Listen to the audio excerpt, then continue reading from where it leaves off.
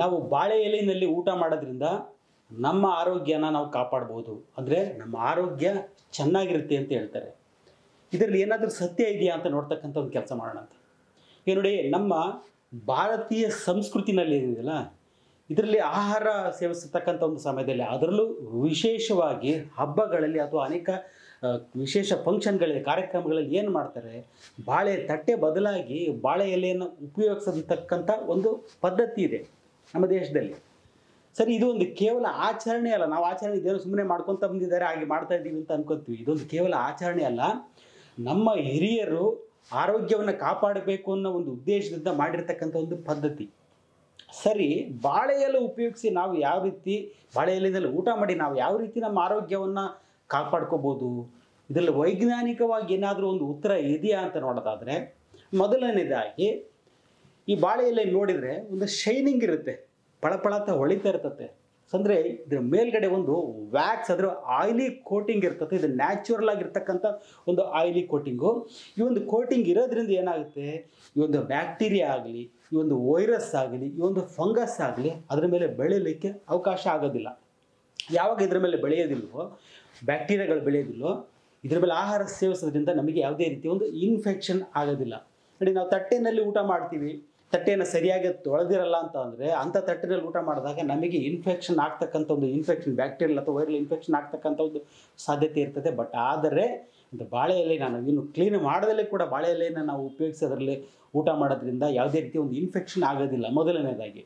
ಎರಡನೇದಾಗಿ, ಬಿಸಿಯನ್ನು ಹಾಕಿ ಬಿಸಿ ಆಹಾರನ ನಾವು ಬಾಳೆ ಎಲೆ ಮೇಲೆ ಹಾಕಿದಾಗ ಏನಾಗುತ್ತೆ, ನಾನು ಹೇಳಿದೆ ಒಂದು ಕೋಟಿಂಗ್ ಥರ, ಆಯಿಲಿ ಕೋಟಿಂಗ್ ಥರ ಇರುತ್ತೆ ಅಂತ ಹೇಳಿದೆ. ಬಿಸಿ ಅದಕ್ಕೆ ತಾಕ್ತಿದ್ದಾಗೆ ಒಂದು ಆಯಿಲಿ ಕೋಟಿಂಗ್ ಮೆಲ್ಟ್ ಆಗುತ್ತೆ. ಮೆಲ್ಟ್ ಆಗಿಬಿಟ್ಟು ಒಂದು ಫ್ಲೇವರ್, ಒಂಥರ ಸುವಾಸನೆ. ನಾವು ಬಾಳೆಯಲ್ಲಿ ಊಟ ಮಾಡ್ತಿದ್ದೀವಿ ಅಂತಂದ್ರೆ ಏನೋ ಒಂಥರ ಸ್ಮೆಲ್ಲೇ ಟೇಸ್ಟ್ ಆಗುತ್ತೆ, ಒಂಥರ ಖುಷಿ ಕೊಡುತ್ತೆ ಆ ಒಂದು ಸುವಾಸನೆ. ಸೊ ಎರಡನೇದಾಗಿ ಈ ಒಂದು ಬೆನಿಫಿಟ್ಟು, ಊಟ ಮಾಡಬೇಕು ಅಂತಂದ್ರೆ ನಿಮ್ಗೆ ಏನೋ ಒಂದು ಖುಷಿ ಇರುತ್ತೆ ಆ ಒಂದು ಸ್ಮೆಲ್ಲಿಂದ. ಮೂರನೇದಾಗಿ, ಇದರಲ್ಲಿ ಪಾಲಿಫಿನಾಲ್ ಅಂತಕ್ಕಂಥ ಒಂದು ಅಂಶ ಇದೆ.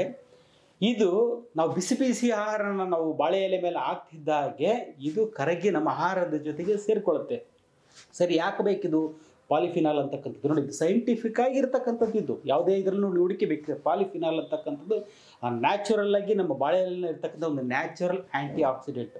ಈ ಆ್ಯಂಟಿ ಆಕ್ಸಿಡೆಂಟ್ ಅನ್ನೋದು ನಮ್ಮ ಆರೋಗ್ಯವನ್ನು ಕಾಪಾಡೋದ್ರಲ್ಲಿ ತುಂಬಾ ಮುಖ್ಯವಾದ ಪಾತ್ರ ವಹಿಸುತ್ತೆ. ಹಾಗಾಗಿ ಬಿಸಿ ತಾಕ್ತಿದ್ದಾಗೆ ಪಾಲಿಫಿನಾಲ್ ರಿಲೀಸ್ ಆಗಿ ಆಹಾರನ ಸೇರುತ್ತೆ. ಆಹಾರನ ಸೇರಿ ಅದು ಆಹಾರದ ಮುಖಾಂತರ ನಮ್ಮನ್ನು ಸೇರಿ ನಮ್ಮ ಆರೋಗ್ಯ ಕಾಪಾಡ್ತಕ್ಕಂಥ ಒಂದು ಕೆಲಸ ಮಾಡುತ್ತೆ. ಮೂರನೇ ಅಂಶ ಅದು. ನಾಲ್ಕನೇದಾಗಿ, ಬಾಳೆ ಎಲೆಯಲ್ಲಿ ವಿಟಮಿನ್ ಎ ಮತ್ತು ವಿಟಮಿನ್ ಸಿ ಕೂಡ ಇದೆ.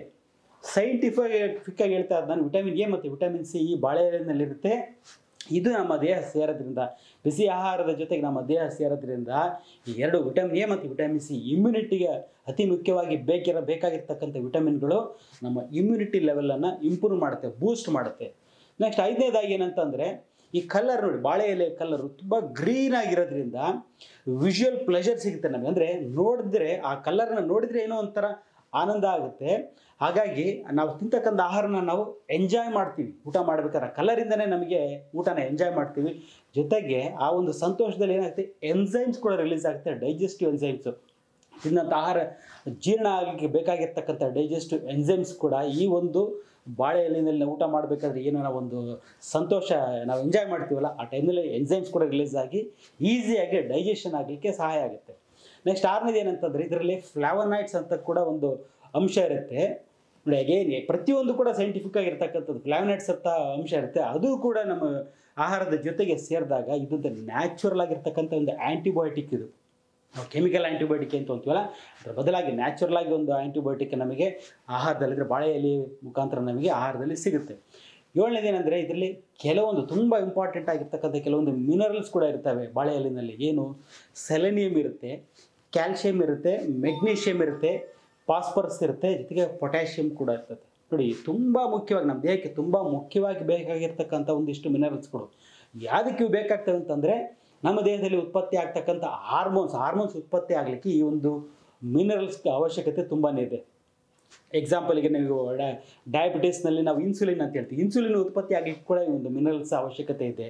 ನೆಕ್ಸ್ಟ್ ಥೈರಾಯ್ಡ್ ಹಾರ್ಮೋನ್ಸ್ ಉತ್ಪತ್ತಿ ಆಗಲಿಕ್ಕೆ ಕೂಡ ಒಂದು ಈ ಮಿನರಲ್ಸ್ ಅವಶ್ಯಕತೆ ಪ್ರತಿಯೊಂದು ದೇಹದಲ್ಲಿ ಉತ್ಪತ್ತಿ ಆಗ್ತಕ್ಕಂಥ ಪ್ರತಿಯೊಂದು ಹಾರ್ಮೋನ್ಸ್ ಅಷ್ಟೇ ಅಲ್ಲ, ಇವನ್ ಎನ್ಸೈಮ್ಸ್ ಉತ್ಪತ್ತಿ ಆಗಲಿಕ್ಕೆ ಕೂಡ ಈ ಒಂದು ಮಿನರಲ್ಸ್ನ ಒಂದು ಅವಶ್ಯಕತೆ ಇರುತ್ತೆ. ಆ ಒಂದು ಅವಶ್ಯಕತೆ ಇರ್ತಕ್ಕಂಥ ಮಿನರಲ್ಸ್ ನಮಗೆ ಬಾಳೆ ಎಲೆ ಮುಖಾಂತರ ಊಟದಲ್ಲಿ ಸಿಗುತ್ತೆ ನಮಗೆ. ನೆಕ್ಸ್ಟ್ 8ನೇದಾಗಿ ಇನ್ನೊಂದೇನೆಂದರೆ ಪಾಲಿಫಿನಾಲ್ ಅಷ್ಟೇ ಅಲ್ಲ, ಇದರಲ್ಲಿ ಅಂದರೆ ಆ್ಯಂಟಿ ಆಕ್ಸಿಡೆಂಟ್ ಪಾಲಿಫಿನಾಲ್ ಅಂತ ಇದೆ ಅನ್ನಲ್ಲ, ಅದರ ಜೊತೆಯಲ್ಲಿ ಪಾಲಿಫಿನಾಲ್ ಆಕ್ಸಿಡೇಸ್ ಅಂತಕ್ಕಂಥ ಒಂದು ಎನ್ಸೈಮ್ ಕೂಡ ಈ ಒಂದು ಬಾಳೆಹಣ್ಣಿನಲ್ಲಿ ಇರುತ್ತೆ. ಈ ಒಂದು ಎನ್ಸೈಮ್ ಯಾವುದಕ್ಕೆ ಯೂಸ್ ಆಗುತ್ತೆ ಅಂತಂದರೆ ಪಾರ್ಕಿನ್ಸನ್ಸ್ ಡಿಸೀಸ್ ಅಂತ ಕರಿತೀವಿ. ಒಂದು ವಯಸ್ಸಾದಮೇಲೆ ನರ ದೌರ್ಬಲ್ಯತೆ ಬರ್ತಾ ಹೋಗುತ್ತೆ, ನರ ವೀಕ್ ಆಗ್ತಾ ಹೋಗುತ್ತಲ್ಲ, ಆ ಒಂದು ಸಮಸ್ಯೆಗೆ ಪರಿಹಾರ ಈ ಒಂದು ಪಾಲಿಫಿನಾಲ್ ಆಕ್ಸಿಡೇಸ್ ಅನ್ನತಕ್ಕಂಥ ಒಂದು ಎನ್ಸೈಮಿಂದ ಸಿಗುತ್ತೆ. ಆ ಒಂದು ಎನ್ಸೈಮು ನಮಗೆ ಒಂದು ಬಾಳೆ ಎಲೆಯಲ್ಲಿ ಸಿಗುತ್ತೆ. ನಾನು ಹೇಳಿದೆ ಇಷ್ಟೊಂದು ಬೆನಿಫಿಟ್ಸ್ ಇದೆ ಅಂತ, ಆದರೆ ಇಷ್ಟು ಬೆನಿಫಿಟ್ಸ್ ಯಾವಾಗ ಸಿಗುತ್ತೆ ಅಂತಂದರೆ ನೀವು ಬಾಳೆ ಎಲೆ ಉಪಯೋಗಿಸೋದ್ರ ಜೊತೆಗೆ ಬಿಸಿ ಆಹಾರ ಸೇವಿಸಬೇಕು.